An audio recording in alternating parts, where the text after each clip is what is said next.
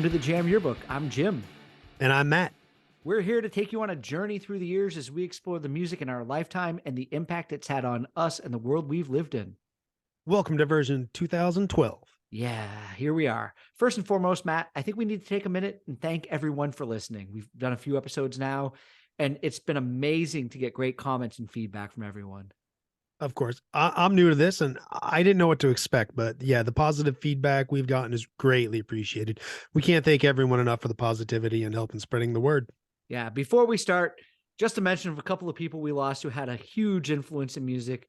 First, there was the one and only Whitney Houston. She died in an untimely manner. She was so huge in her peak, and I don't know if she was ever going to make a comeback by this time in her career, but she was an artist who deserved that one-of-a-kind style. Yeah, I don't have much to add here. As we go on, we're going to find that this is not a unique or new story. Incredibly talented celebrity on a self-destructive path. It's sad that it happened to someone who appeared to be one of the most wholesome people Yeah, she did. She did. at one point in their career, at least. Oh, yeah. And then the other one that affected me quite personally, and I think yourself as well, it was Adam Yauch, better known as MCA from the Beastie Boys. He died in 2012. They released an album a year before, and it was a lot of fun. I think I remember sending you a link to it on some kind of streaming media we were using. No, MySpace was gone. It was probably Facebook at that point, but I remember sharing it with you. I'd followed them through 4 decades, and I wasn't ready to be told that this was the end of their music. No one was. This one really sucked. He seemed to have a positive impact on everyone around him. Maybe leaving the world before your time helps the message sink in. Yeah, I hope it does. I really do. All right. So before we get to the music, version 2012, are you ready for this, Matt? Of course, it's like cramming for an exam, but that's an old habit. It's going to die hard. So, well, you picked this year, so I'm curious about what your thoughts were going into it. really, initially, the motivation was to burn out another year in the 2000s. Right away. Yeah, exactly. Because we're going to get into years where music's a little unfamiliar and it might be a little tricky for us. And much like 2002, I didn't think I would be emotionally attached to much of what was going on in 2012, but as usual, I was wrong. Not as much to say as like 1980 or Oh, some of yeah. those years in the 70s and 80s where we're going to find deep connections to, but there was definitely quite a bit I was into. Mm-hmm. So 1971, the first episode, we had a history lesson. 1986, 1980, there was a lot I remembered so well that I only had to skim through a lot of it and I had time to find new stuff. 2002, I was in limbo and had to really dive in to remember what I was listening to and what I liked and if it kind of held true going forward. And when I dove in, I realized the overlapping of the 80s, the 90s, and the 2000s that was happening. Ooh, with multiple decades vying for attention, I felt the need to figure out the map of what was going on. I hit on this in our first show in 71. I find it amazing taking a bird's eye view at all the different styles of music you can listen to in any given year. I think it's funny you say a map of what's going on because when we get to the end of doing this show and we finish all of the years in our lifetime, we'll go from here to there to here to there, and it's going to look like one of the worst crime scene boards you've ever seen. Red yarn But everywhere. I'm happy with this.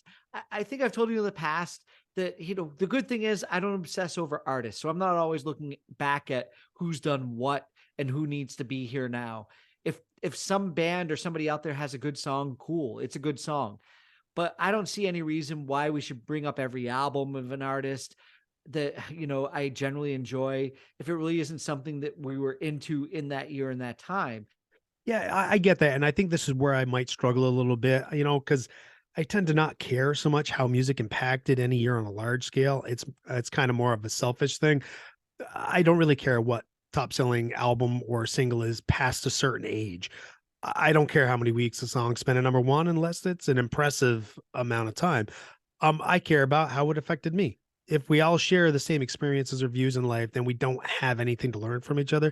The highlight for me doing the show is digging into something you mentioned that I hadn't heard yet.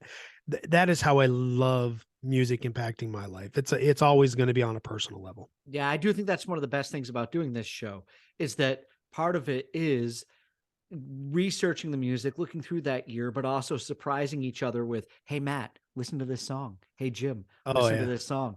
And that's why we're here. And that's why we're doing this. We have our five, we have the poll. We're trying to share everything with everyone. And it comes along song by song, year by year. And sometimes we wind up in years like 2012. And I'm sure there are more of them to come. But when there's a song that I like that song. I absolutely agree that if it's popular, it's probably going to be overplayed and I'm probably going to Mhm. be fatigued by hearing it, but I'm not going to automatically start hating on it just because it became a hit. Matt, come on, I'm the pop guy between us. And Mhm. pop probably means being overplayed. It's popular for a reason. Yeah, and that's one of the reasons I shun pop music. And as the show goes on, you'll find there are plenty of reasons why I shun pop music. It always seems like it's always in that mode of okay, what's next? On to the next. There's a constant build up, tear down cycle of artists, which can be annoying. The machine is going to overexpose an artist until people are sick of hearing about them and then tear that down, build up somebody else. At times it feels like the only thing that satisfies the machine is one hit wonders. It it can maybe be more work finding them, but less work in having to prop up stars over a long period of time. Uh Hit quick, on to the next. And that and celebrity worship sickens me. So, huh. but I'm going to get off my soapbox now. Yeah. There's plenty of time to do that as the shows wear on. I'm sure there'll be plenty of soapbox ranting from Matt. But okay, so we talk a little bit about life and what's going on. And here we are. We've moved 10 years into the future. We're not kids anymore. We're not, just getting into our adult lives as we were in 2002. It's 2012. How are you living? Oh, that's another tricky aspect of the show is putting yourself back. It's like, oh, wait a second. It's almost like I have to remember life as an okay, what grade are my kids in? And then I Exactly. can kind of Yeah. start piecing everything together. Here they're 10 and 7. I'm pretty much in autopilot mode. Every day there's so much going on, working, coaching, games every weekend. It's not just doing the thing. It's all that leads up to it. It can be all consuming. And like every parent, I had those moments of, will this ever end? To now missing all those times and regretting that I didn't do more. So if anyone listening out there is just starting a family, always do more. You'll always regret doing less. Ah, that's definitely great advice. Not drinking less, but No, doing less. no, yes. This was a life-changing year for you too. This isn't moving 100 miles away. This is a big, big change. Was the music landscape a huge, immediate culture shock? I came over here in September 2011. And 2012, it was like no year other for me. Bang on from the start. I was a DJ karaoke host, pop guy Jim, in a small pub in Motherwell, Scotland on New Year's Eve as the year began. I worked for this company for probably another 3 or 4 months and then became a manager at the biggest pub in Glasgow, working with a large staff of younger adults going to university. So, needless to say, this probably was the closest I had my finger on the pulse of what was going on in music in the world for the past 10 to 15 years. Funny thing though, preparing for this show, I realized how completely out of touch I was at this point with everything that was coming out in the States. Looking at everything, I saw that 2012 was also a pinnacle year for the folk rock festival bands. And I'm not going to knock any of these bands really. I don't own any of their albums, but you couldn't attend a festival without seeing the Lumineers of Monster and Men or Mumford and Sons. There was a joke festival poster where the Lumineers was every festival band on it. It was the Lumineers underneath, Lumineers, Lumineers, Lumineers, Lumineers. They were all over the place. They were all over the charts during that time. But out of those three, I think Mumford and Sons was the band I was respecting the most. I think I have one of their albums on vinyl out there, and they're more respected amongst my snob music friends. I could see how any of these bands could be fun on any sunny summer day, out in a field, just having a good time. I think the sound of it all, it was still just a little samey for me from band to band. Yeah, and Mumford and Son seemed to be the band that kicked it all off. And then all the other bands, got signed or people started taking notice of. I loved all three of those when they first hit, the whole foot stomp, clap, hey, that shtick, it wasn't overplayed yet. And it was good to see that people playing instruments could still find popularity. No, that is cool.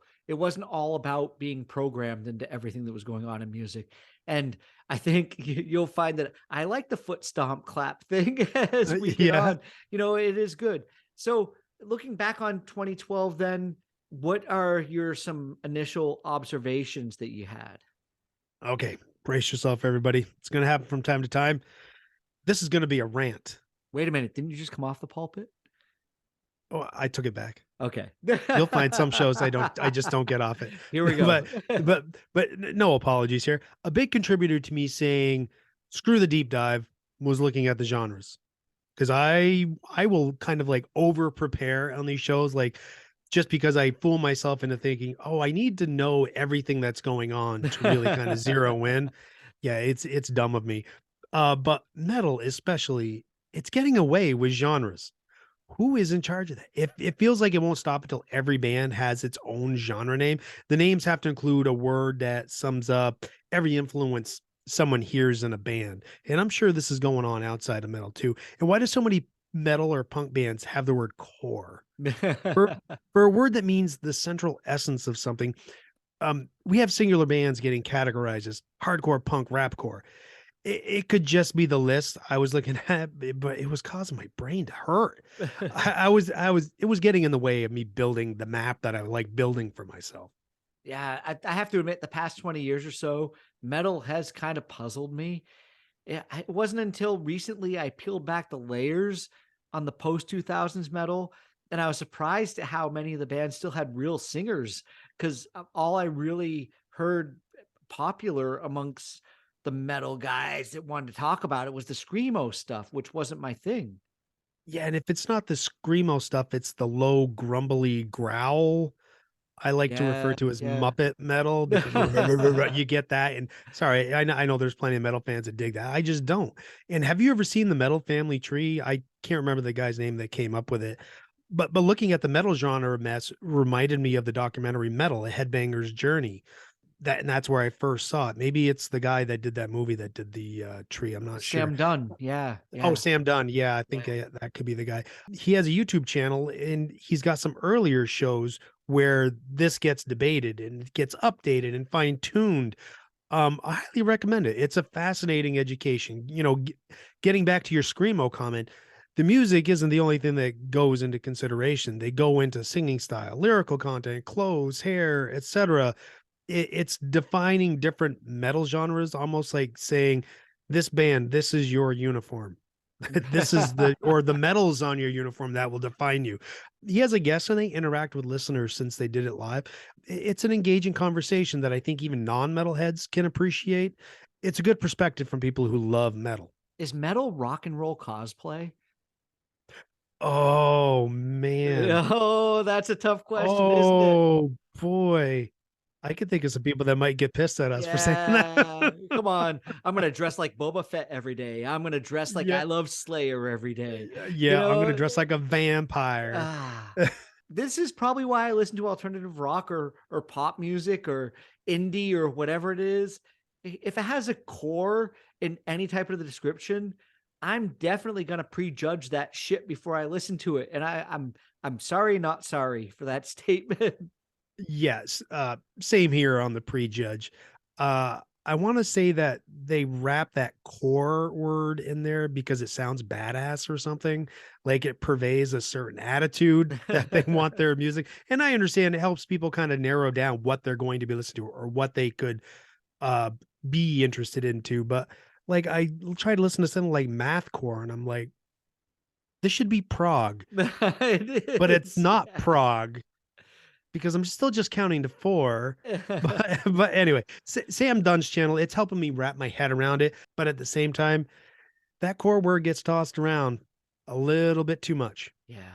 Well, back to the music of 2012 and maybe some type of core.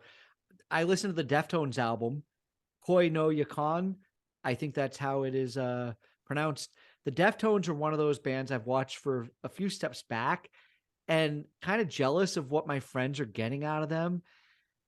However, I've been diving into more metal and hearing this album, I came to the conclusion that most of these core bands are just kind of copying that Deftones guitar sound from the 90s. Yeah, they are. I went back to those sounds And they've been consistent since then. It's not speed metal, that's for sure, but they like that, emo scream, sing vocal thing going on, the sound dynamic of guitars and drums. It's a lot like the model for a ton of these core bands that you're talking about. Hate mail can be redirected to Jim now. You're co-joining my rant. Metalheads take it seriously, so don't take it personally. Jim and I are just trying to figure things out with metal and try to find a way that we can relate and connect to it. I couldn't get into the Deftones, so I guess I'll get that hate mail back at me. I was in a different listening space when they came around. I had some friends that went to the shows and they really didn't have much good to say about them live. So maybe their studio albums are just a better representation of them. And I wouldn't classify these guys as metalheads either. So they probably got more than they bargained for. But I bet you if you looked at the metal tree, I bet you they've got a branch or a twig or something like that. It's an acorn, maybe. Yeah. You started to talk about Hey, alt rock. hey, an acorn plants a new tree. Oh, well, and you said that a lot of bands are just aping on the Deftones. So maybe we're onto something there. Maybe we might be. You started talking about alt rock, rock, pop, indie, in all of those lines. They're just as blurry. There's like just the plain old rock tree, and all of these are branched off of that. At its heart, indie is what it says, though. It's independent of traditional record labels or production, but more so, I think indie can almost be a term for something that isn't widely available or known. And that can be outside of, what record somebody could be on a big record label, but they're not getting a push, they're not getting the exposure or whatever. And once a band has an indie label, the fans won't let them shake it. They own that shit. I Yeah. think labels are less important to the bands. If they're in it for the right reasons, they just want to make music that speaks to them. All right. So let's get away from metal or whatever. What were you listening to in 2012? All right. So some of the bands I was listening to in 2012, Band of Horses, Freelance Whales, Of Montreal, The Heavy's a really good one. I think much of what separates them from alternative, as I was saying, it's exposure. It's that unknown and Yeah. people Yeah. trying to Yeah. figure out where they fit and to target as potential listeners. Hmm. And sometimes when you are wrapped up in your own head and you're wrapped up in your own patterns, you won't break out of them to listen to something new. And the alternative label, it's been hijacked by this new rock that's out. Alternative used to be this all-encompassing genre, much like how we use metal and punk before it got hijacked by what we might call hardcore punk. Loud, fast guitars and screaming. Punk used to be the term applied to something that was just against the norm. It didn't fit. As time went by, everyone got used to the idea, and that could be where all the divergence happens, like with the metal tree. And back to prejudging, when I Okay. first heard Yeah. certain Yeah. names like Lana Del Rey and Grimes, I avoided them. Why? They get lumped in with pop. And I was falsely lumping them into the Disney conglomerate or the The princesses as princesses. yeah, the Yeah. princesses. I wouldn't say I'm running out to buy their albums, but I can't say I really hated them. At least the ones that they put out in 2012. No, I think that's rightfully uh, prejudged by you only because all of the female artists that kind of were the predecessors, popular in the charts, were those Disney princesses. You had the Hmm, Britneys, the Christinas, yeah. and so on. I tried to get into Lana Del Rey, but honestly, she's kind of too depressing for me. There's something about her tone that I'm just kind of like I want to make her a cup of tea and sit her down and give her some counseling. With a nice warm blankie. Yeah, I think you need to be in the right place in life to enjoy music as moody as her sometimes. I wasn't connected. I feel a little guilty though when it comes to Grimes, and I have to admit I totally judged her by her name and look.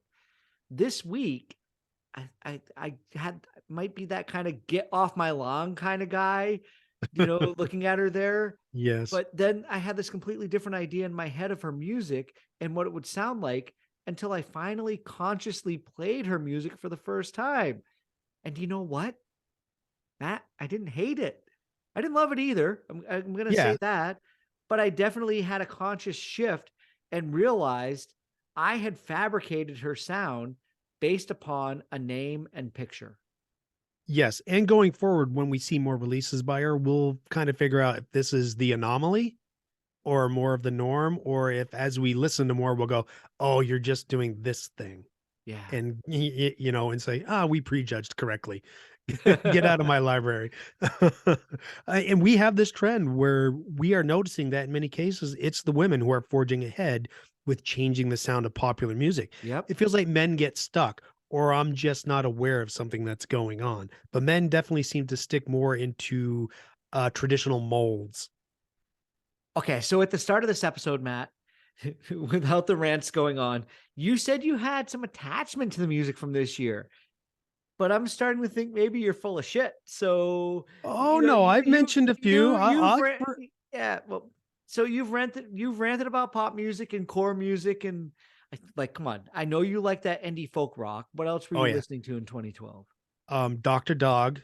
They Okay, are definitely one of the most original bands that I've heard in a long time. uh huh. Andrew Bird, such a talented guy with, and it's going to sound weird because whistling probably annoys certain people, but that dude can whistle like no other and play the violin amazingly. He's incredibly talented. He does a lot of you can see plenty of clips of him on YouTube where he will do the whole sampling thing and just create a whole song on his own. Play the different parts, sample and build it up. He's really good at that. Van Halen, surprisingly.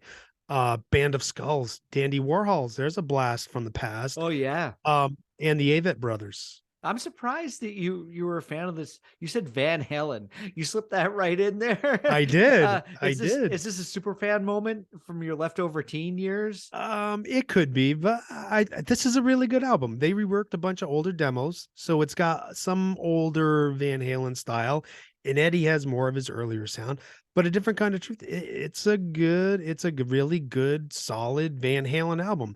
The song "She's a Woman," even without Michael Anthony, has a signature harmony in the chorus, and it makes me realize that it wasn't just all Michael Anthony adding that layer to their song. The solo in that song is classic. Eddie, Dave's voice, it's older, obviously. He's got that slurring of the S's you can hear in older singers. And I don't think people realize how important David Lee Roth was when it came to writing the melodies on their earlier albums. Yeah, the slurring S's. We don't do that when we've had some beers on this show.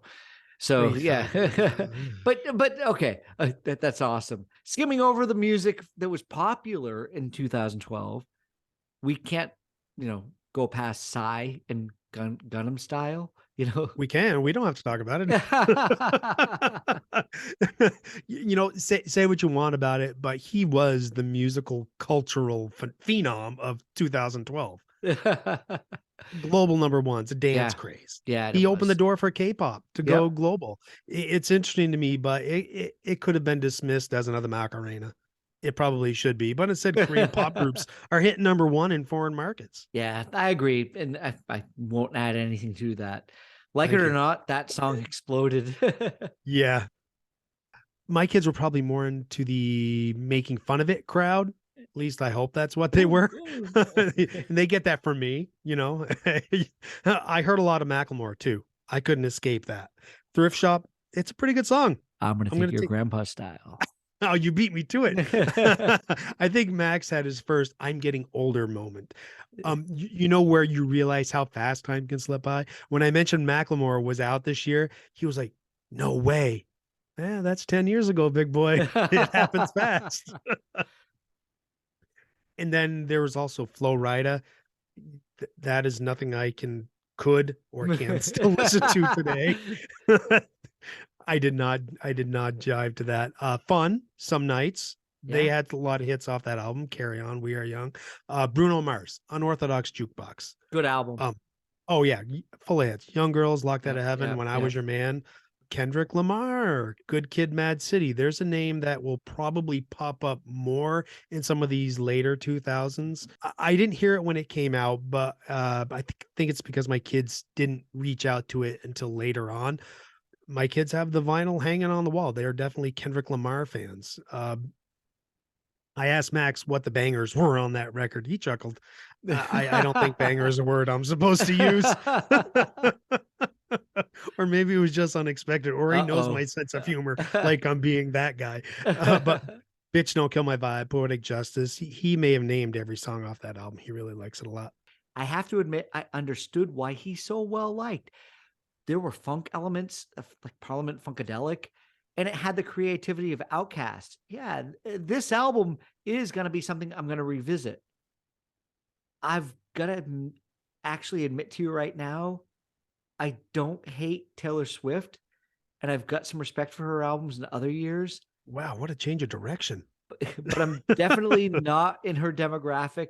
When I looked back at this album, I wasn't interested in 2012. No, and that's going to probably be a familiar theme where we feel locked out of certain artists or genres of music where yeah, we aren't the target demographic. So we have to accept that, and maybe the record label should too. They should want every demographic. Sell to everybody. And another demographic that probably wants us to be in there, but neither of us really care to go back to is country. Yeah. We'll save that for when we get back to the 70s. I did listen to the Dierks Bentley album because every year, try to listen to a few albums that will push my boundaries. He didn't push it in a positive direction. And I did realize how similar this kind of music is to 80s hair metal. There's a lot of talking about having a good time. I'll just take the hair metal. Well, stepping back to Kendrick and Taylor, and the reason why I pulled those together is because they were the two biggest albums of that year, and that's the reason why. So Okay. they were both massive. So that was the reason why I swung the door one way and then swung it the other. But then bringing it all the way around to country music, I checked out the Zach Brown Band album from 2012. There's a lot of production going on, and he swings in and out of a few styles. The first song sounded like a Jimmy Buffett, Jack Johnson Island Disney song, but I lost interest pretty quickly. So yeah, I don't think we'll have much opinion on country music in our adult years. I think the 70s and 80s stuff is where we're going to find its impact on our lives. Agreed. No more country talk until it matters. No, let's just nip that right in the bud. Yes, definitely. This was more of an episode to get things off our chest. So let's shift our focus to our favorite songs of 2012. Sounds like a good time to get into our 5 songs. Yeah, let's do that. Let's go there. So 2012, I do believe you were the one who said, I'm going to take us 10 years into the future, which means you get to go first. So what's your first song from 2012? Okay. My first one is Brandy Carlisle, Hard Way Home. I'm not really a Brandy Carlisle fan, but when I hear the song, I usually hit repeat. It starts with a voice that sounded like a train whistle, which is fitting for a song about being a restless spirit in it. Yeah. And realizing the mistakes you made along the way. I really connect with the song. I feel like I've drifted a lot early in my life, and I just kind of went with the flow and dealt with what came next instead of taking control. That can lead to making mistakes, missed opportunities, and regrets and all that happy bullshit. But the song's got great instrumentation and the performance, strong melody. Brandy's got an excellent voice. Yeah, she's a great singer. She's actually an artist that I only discovered maybe a couple of years ago because of the pandemic and some of the stuff she was putting out, cover songs. But it was really good to go back and hear this and hear the stuff she was putting out a little earlier in her career, because if we don't really get her much over here, I think she's one of those people that I look at and I think her name is going to be country music. And then I hear this kind of like really growly blues country rock and roll sound that comes out of her that's very unique and great. So good first song for 2012, and unlike a lot of the other music from the year. All right, thanks. So what is your first song? My first song is going to be The Killers. We didn't talk about the album they released from this year, and the song is Runaways. Brandon Flowers was going through a big Dire Straits phase when he wrote this, and you can tell when you listen to it. It had a real life storytelling feel going on. Springsteen is also a fan of his. He likes the Killers. He's gotten up on stage with them and they performed together. There's stuff on YouTube you can look up and you can see Springsteen and the Killers on stage doing stuff. The only difference between Flowers and the other two, Mark Knopfler and Springsteen, is that he can sing. He's got this Yeah, you can. really, yeah, great voice that's in tune with everything going on. Those guys are telling stories and great songs and everything that they do. But Brandon Flowers has a made for radio pop voice. And I think maybe that distracts it from seeming like an everyman story. But when you dig into the lyrics of the song, it's really fantastic. Yes, it is. I'm kind of glad you brought the Killers because we haven't had a good chance to talk about them yet. But the Killers, I like what they do. It's their own thing blended with sounds from the past. Yeah, yeah, they're a great band. Yep. All right, that's my first song. What's your second one? I'm gonna go with The View and How Long. If this was a cassette in 2012, I would have worn it out. It's a perfect song to open up an album. Great intro. It sets the tone for what this album's going to be.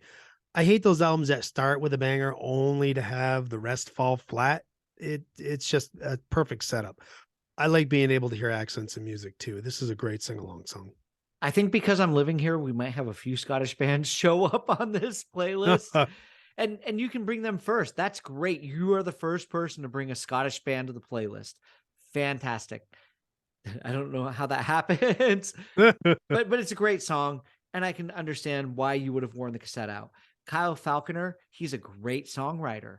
When I was in retail, I had the privilege of The View launching an album with a live performance in the store next to mine. Oh wow. I could hear the entire performance through the wall as clear as day. It was amazing. It was awesome. Awesome. Yeah. That sounds cool. All right, what is your next song? My next song is probably one of the most interesting covers I've ever heard. It's Poolside Harvest Moon. Poolside's like a DJ act. Talking Okay. about like genre shifting. I had a random shuffle on one day and I found myself humming along to this. And all of a sudden I was like, wait a minute. And I consider myself a pretty big Neil Young fan, but I was fooled by this song because I heard this melody and this thing going on. I was like, I know what this is, but what is it? I've even learned how to play this on guitar and I've played it live in front of people. But switching to the house beats and electronica sounds took me to a different place until I realized exactly where I was. That makes it a good cover. It doesn't enhance or diminish the original. It just takes it to another space and it breathes a new life into there. If I hadn't a read if we hadn't talked about this song before I heard it, it probably would have taken me a while to realize what exactly I was listening to. It was this is a really good take on a great song. Yeah. Yeah. All right. Very unexpected take. I never would have thought to uh get this peanut butter and the chocolate together. Come on. How many Neil Young songs do you hear mashed up by a DJ somewhere? It doesn't really Probably happen. no. Yeah, but this works. They did a great Yeah, it job with does. it. Yeah. Yep, completely. All right. What's your next song? My next is Said the Whale, Loveless. I love this band so much. This won't be the last time I have a song in my five. This was the first song I heard by them though. It's very unique lyrics and phrasing. It's a happy love song. How can I love you less now that I know you more? It's a great line, and I think everyone wants to feel that way about the relationship. It's got great harmonies. And then on the bridge, I love when that split vocal comes in between the male and the female voice. Oh yeah. Yep. It's a great little pop song. It's that, like you said, that those two distinct parts, they connect beautifully. Yeah, they do. The voices blend. It's got a great video too of two kids playing the part of the adults all through the video. And even as their kids get older, they stay the same age. Love can keep you young at heart. It's I really love this song a lot. Yeah, you sent me the video for this week, and watching it, it was one of those things that was like, whoa, I'm kind What of is this? yeah, I'm emotional watching this. It's really, it's Yep. intense. It's great. So good stuff. I might steal some of their songs from you. I got dibs. No stealing. Okay, that's fine. You said you have more to come. All right, Jim. What's your third song? My third song is Calvin Harris, Feels So Close. You talked about what Max thought of it coming out of your mouth. People probably think it's funny to hear me use the term dance floor banger come out of my mouth, but that's what this song is. It's part house music, it's part pop song with all the elements needed to put people jumping up and down in a club. Calvin Harris is Scottish, so here I am. You had The View first, but I've got the next Scottish guy. And this was all over the place in 2012. I liked it so much. I even worked out a little acoustic version myself one night when I was bored. It's one of those things where, wait a minute, can I work out the song opposite this way? And I went and tried to do that. It was good. It was fun. I This know, song would work well that way. yeah, it'd be great to go out to a club and do this. It might be a little too pop for some people, but this is a cool song. It's fine by me. Yeah, it's a good song. It is definitely a banger. You Yeah, can, yeah, it's got that boom, boom, boom. You can just see people bouncing on the dance floor to it. yeah, you can. That's Sorry a for good one. using your term, young people. Banger Banger. and mashed. No, it's not. All right, what's your next song? I'm gonna go with Band of Skulls, Sweet Sour. Same with Yeah. The View. I would have worn a cassette of this completely out. One of my favorite bands in the 2000s. Even my kids like this song. And back to Said the Whale, Band of Skulls. Speaking of voices that just blend perfectly together. I wish more bands shared those kind of lead vocal duties too. My favorite songs by Band of Skulls are when Emma Richardson is singing the lead. The songs just take on a completely different light when she's the one doing the singing. She reminds me a little bit of Jeanette from Concrete Blonde. Sweet Sour, it does plot along a little bit. You're not going to dance to it, but it's powerful with plenty of build up, pull down, build up again. It's got good dynamics. Yeah, this is a great lead song on an album. And I hope when they toured, they opened with this song. It'd be perfect. Yeah, it would be awesome to start this way on a show. The intro that I'm talking about is the theme throughout the song, but the way it demands your attention right at the start is awesome. And then the bridge over the distorted guitar leads as it goes out at the end of the song, it's just awesome. It leads so well to the last chorus. Cool, cool, cool. All right. What is your fourth song? My fourth song, I talked about them earlier, is Deftones' Swerve City. I remember the song when I was searching through the music, so I obviously picked them up in 2012 somehow. I'll probably regret putting it on the playlist at some point. It might not really kind of fit in with what's going on, but it's different and will probably get somebody's attention on the shuffle. What I like about them is that they never compromise their sound. This still sounds like the Deftones in the 90s, and I got a lot of respect for that. Yeah, this is definitely going to stand out in the playlist, but in a good way. It will take people off notice and make them pay attention because the Deftones got plenty of fans. Yeah, they do. Or they might Yep. skip to the next song. Yeah, and eventually you're going to find one you like. Yeah, you will. We've got some Yeah. coming. At least Oh yeah. at some point. All right, what's your last song from 2012? My fifth song is going to be The Shins, Simple Song.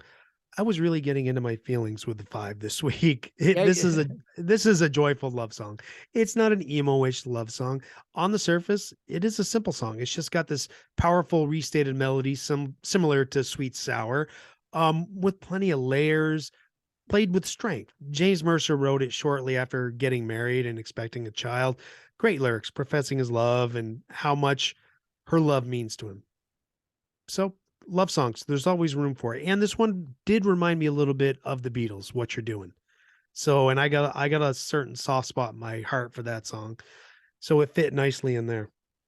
yeah. This is heavy metal for the Shins.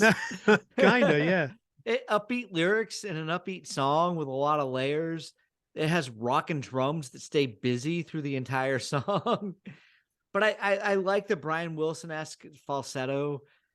I only really ever knew new slang, so it was nice to hear them do something that sounded like everything was right up front in the song. I Yep. like that. Yeah, Cool. good stuff. Thanks. All right. What is your last song? Well, my last song is going to be I probably pop guru guy Jim is going to be slightly embarrassed from time to time. He has entered the house. The song is The Script Hall of Fame. Throw your tomatoes now. I'm actually mildly embarrassed to bring this to the playlist, but I need it here because here's the thing. This song is what I was listening to in retail when I was motivating myself and my staff to take our store from the bottom to the top of our region. Honestly, Matt, in 2013, the store theme song was Drake Started from the Bottom. So, Oh. yeah, don't worry. I didn't make my store listen to the script, but I did believe in projecting feelings in oneself to achieve greater goals. And this is the song that was in my headphones before I'd go into work. And I envisioned being celebrated for the success that I get in my job. It's cheesy. Yeah, it is. Yeah. But come on, look who you're talking to. This is me. Like, Oh, yeah. Yeah. This is definitely a Jim song. The script. I heard this song so much. It was played at sporting events on warm up CDs for my kids. Um, but it's a good sing along song at the same time. yeah, It is no, it is a good pump up song, and you need those in life. yeah, you definitely do. You So I'm not need going to bang on you for it. nah, you need your fight songs, the songs you're gonna go Yes. out and definitely take the world on with. So Yeah. there we go. That is the Take your close. motivation where you can find it. Yeah, because fight songs are what you need in life if you're going to try to, face any kind of adversity, anything going on. And they might be cheesy, and that's okay. Yeah. If it motivates you to celebrate success in the future, then good for picking it up. Am I That's going to right. go back and listen to Hall of Fame now? Really? Well, maybe on the playlist, I'll be happy it's there and it'll bring back a good memory. Yeah. I hope somebody else out there enjoys it. Yeah. Yeah. But Hey, that's why music is blasting at parties and bars. yeah, exactly. It's just on shuffle. Let it go by. Yes. All right. So that is the end of 2012 for us. It was almost the end of the world too. It was. Yeah, exactly. Yeah. It was the Mayans or the Incas thought it was going to be, or at least Yeah. John Cusack told us it wasn't a movie. Yes. So at the end of the episode is when we like to unveil the next year. And Jim, it is your turn to put us in the time machine and see where we go next. What do you got for us? All right. Well, I'm going to take us back to a year that might be a little more fun for us than 2012. We've talked about digging. We were in 2002. We went a little ahead in the future. Let's just get right out of here and go back to 1993. That's where we need to wind up. Oh, thank you. I'm going to enjoy visiting the 90s. Yeah, we need to do that. We need to do that right now. So 1993 is where we're going to head. And I think we will find music there that we were both really just living our lives by. Yeah, I think so. I think there's going to be times where this is probably coming out of a little bit of a shared existence that we had at the time. Maybe a year too late. No, for it. I think in 1993 we were still kicking around each other's lives. In Yeah. 1993, you were the bass player that actually played with me for the very first time I went out and played live original music. Oh, that's right. Yeah, Oh my so God, how yeah, easy it is to forget.